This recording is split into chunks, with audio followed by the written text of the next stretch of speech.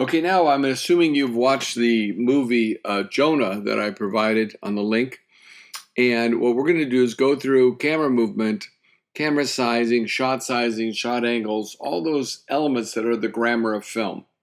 This is the raw material, like verbs and adjectives. It's the material that we build our story out of. And we largely use it to direct the eye to tell our story.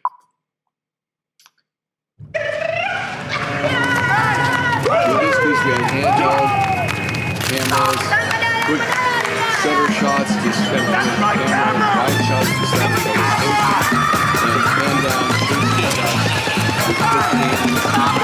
bird's eye view, animal, like all these views. This is a very active film and very interesting. So I hope you enjoyed the film, by the way.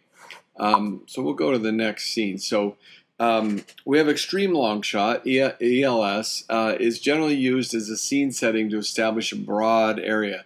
Extreme long shot is what they might have at the beginning of a big battle scene, like in Game of Thrones, Battle of the Bastards, where there's two giant armies facing off against each other. And that sets the scene and the feeling that we're after. Then we come in and do tight, close-up shots to see what's actually going on. Right here is an extreme wide shot. It's not that it establishes the town and the location, and we know we're not in Kansas anymore, right? So the long shot is a little bit closer. It's pretty much life size, head to toe, real distance that audience would be from the screen in cinema. A man, 6 foot tall man, would appear head to toe. So it's a full body included in the long shot. So here's the end of the film, and the man is looking out at the chaos that he has brought. And you can see it's an establishing shot, but also it's a long shot of him full length. Medium shot moves in closer. Its knees are waist up to the top of the head. It can be a 2 shot, which means 2 people, or a 3 shot. It's often would be written MS 3 shot or 3S. So MS, 3 figures. You want to know how many people are in the shot, and that tells the cinematographer and the camera operators how to frame it. So here's a extreme long shot that then edits to a long shot, then edits to a medium shot. And that is exactly what we do a lot in cinemas, move ourselves in. You're often bored. And he's talking about the Taj Mahal here. We don't have, our tourists aren't good enough. So then we move to close-up. The close-up shows you no background, concentrates on the face, and really gets into the emotional sensation. It blurs out the background and gets you right into the mind of the character.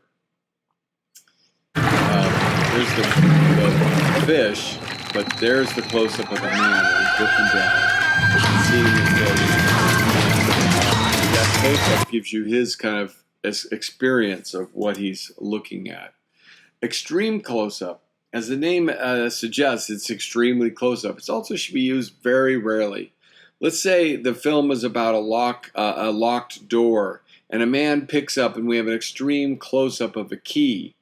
We're going to assume that key is the key to that door, because we know that the fact we have an extreme close-up of that thing means it's important. So when you use extreme close-up, use it sparingly, but make it to emphasize the dramatic effect of something. So here we go way into the man's eye. Extreme close-up. There we are. Extreme close-up. Then it says medium shot. It's actually extreme close-up. And then it comes up and it's the other eye. We've had a transformative moment in this close-up. Pretty important. So bird's eye view, now we're talking about camera angles. Those other ones were camera sizing and now camera angles. Bird's eye view is meant to be a very unnatural and strange angle. We don't normally look from above. It can be very dramatic. Hitchcock used it, Brian De Palma has used it. Lots of people use it to make very dramatic kinds of feelings.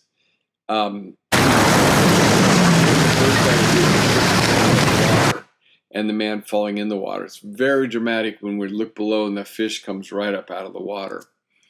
High angle is just a high angle looking down on something. Here in the chase scene where they're running after the guy, we cut to some high angles to set him again. So those are using that high angle to set him in the atmosphere of these streets and cutting between the street eye level or the normal eye level and the high angle. Then there's the eye level. Eye level is the most neutral of shots. It's also the most shots. It's where humans always begin to observe from wherever they're standing, where their head is where your normal focus is.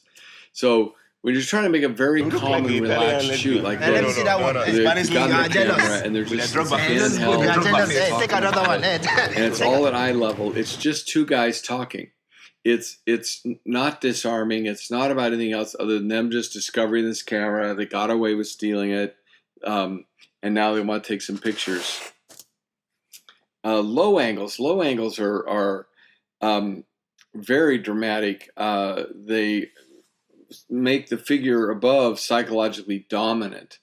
So when you're down below looking up, that figure that's standing above you is very dominant. So here's a scene. From the low angle, we look at him rise up, and this is where he decides to go out and confront the monster. But that low angle of him rising up turns him into a hero, or at least into a force to be reckoned with. It's a transformative position in the entire film, that scene is, as he stands up. If you look at it again, him standing up, watch the camera follow him up, and now he's made a decision. He's going out into that water. He's going after that fish because the fish had just splashed earlier. Okay, so oblique or canted angles, also called Dutch angles and other things. It's kind of oftentimes a point of view shot. It usually infers imbalance, instability, insanity. Again, don't overuse it. Like in a horror movie, if you use it nonstop, it just everything's out of balance. Same way with camera movements. Don't go too crazy with handheld shots. But here, the shot is angled,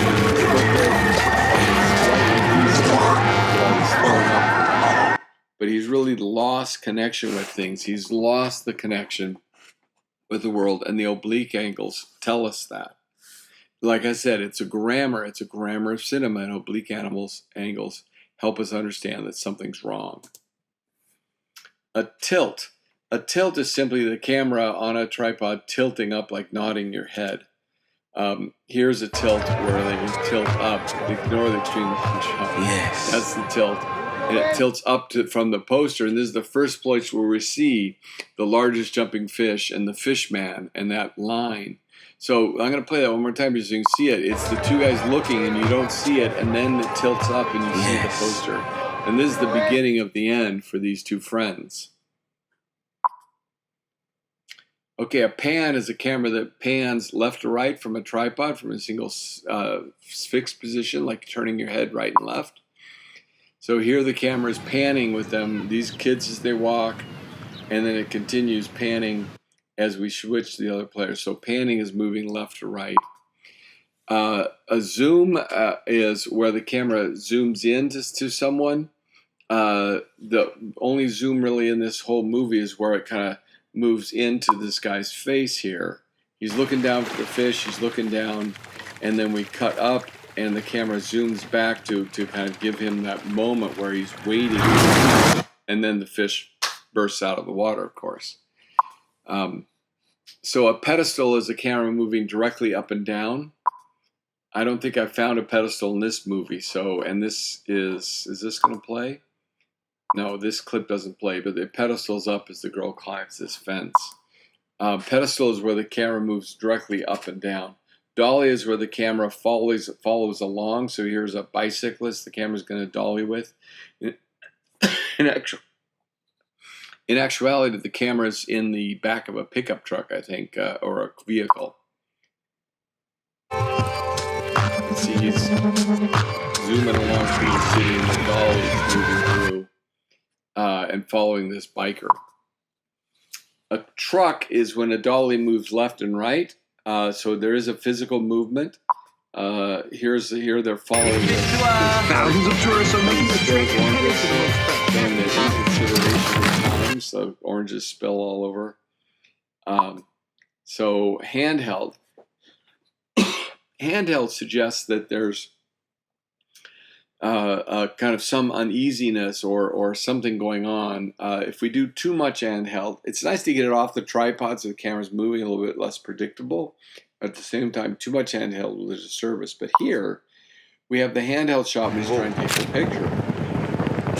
Because he's hand-holding the camera, he literally got a point of view from the handheld point of view. And then, of course, he puts his arms out, and you get that beautiful fish.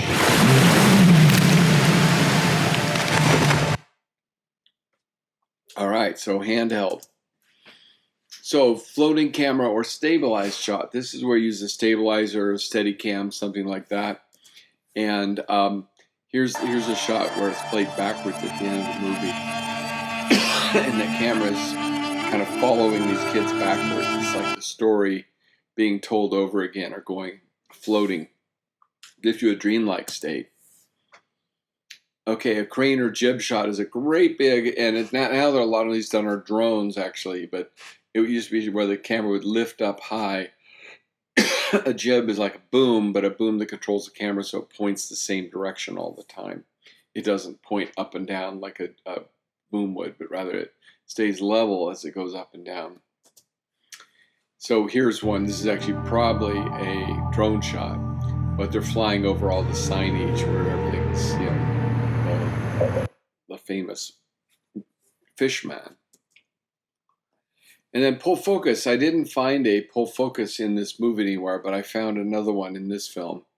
This is a story about a girl who yells at her mother right as she's dying. She's so angry with her. And then this is the camera's dollying or trucking to the side to reveal the mother and the daughter. But then later on, we have the two daughters at the graveyard, and the pull focus. See how your eye just shifted focus to the girl in the background, and she hears the story of the sister who yelled at the mother. Very touching scene. All right, so that's it. That's our grammar of film, how to draw eye to the attention. Now, I want you to go out and practice these skills and kind of master them, because these are real critical building blocks to your cinema storytelling. All right, I hope you enjoyed.